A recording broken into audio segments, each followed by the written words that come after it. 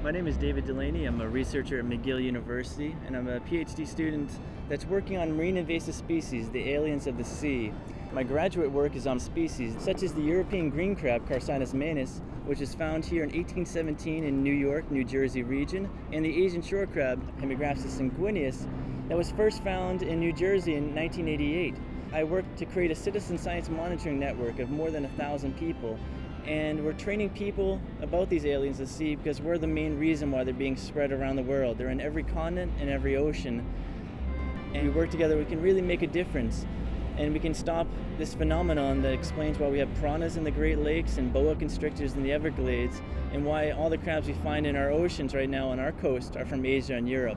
Invasive species are defined very loosely as species that spread widely, are more harmful perhaps, more nuisance, and these are species that may have a direct societal, economic, industrial, recreational impact.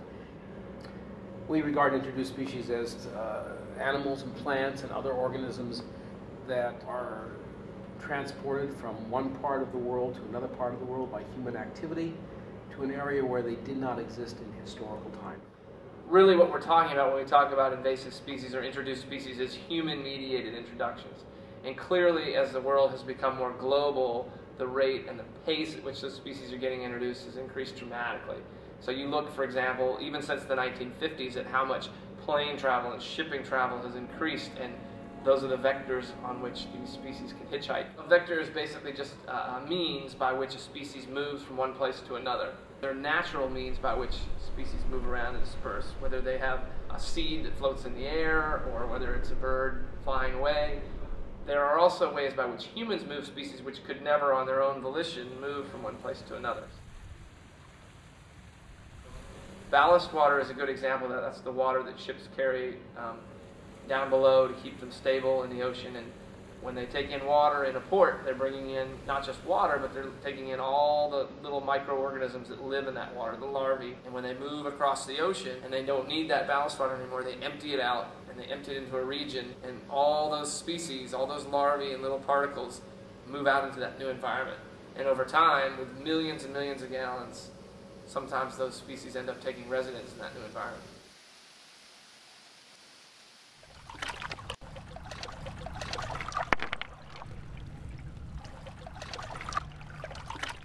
Invasive species, not just crabs, but marine, aquatic, and terrestrial, in the U.S. cause $120 billion of damage each year. So it's an important problem, and the amount of invasives is growing exponentially. So it's not a problem that's going to go away, and it's one we're going to have to deal with. We can make a big difference multiple different ways. One is we have to make sure we don't release any of our pets. People are releasing their pets when they get too big or they get sick of having them. And that's why you find piranhas in the Great Lakes, even though they're originally from the Amazon. And there's lionfish established in Florida and moving up through Georgia. The other way you can make a difference is by coming to the ocean and keeping your eye open for these organisms. The first time the Asian shore crab was found in North America wasn't by a PhD holding scientist, it was actually by an undergrad. The first time it was brought to the attention of marine ecologists and biologists, it was actually a school group that found it. And in Maine, which was vigilant for the invasion, it was detected by a 9-year-old. So you really can make a difference, you can make a discovery. Things are happening quite rapidly, and we really need as many eyes and ears for the scientific community. We have millions of people along the seashore, along the shores of lakes and rivers and streams.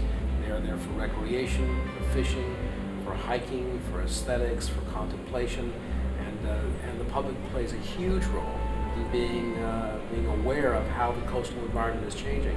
it's great to have as many people looking for these things as possible. In fact, almost all introductions are usually first discovered by the public, and then the public can then notify scientists who can then identify the species and figure out what it is and get it publicized. But that's just an evidence of the fact that it's important, and we have a lot of people, school kids, anybody who can out there looking and learning what's native to their region and being proud of what's in their region so that they can tell when they've got something new that comes along.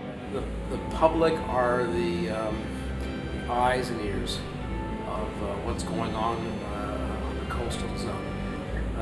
One of the modern tenets of exotic species invasions is that if we can find new populations, incipient populations, the starter populations, we might have a chance to eradicate those. We can't do that unless people are out there watching and can find those populations for us. Early detection, rapid response.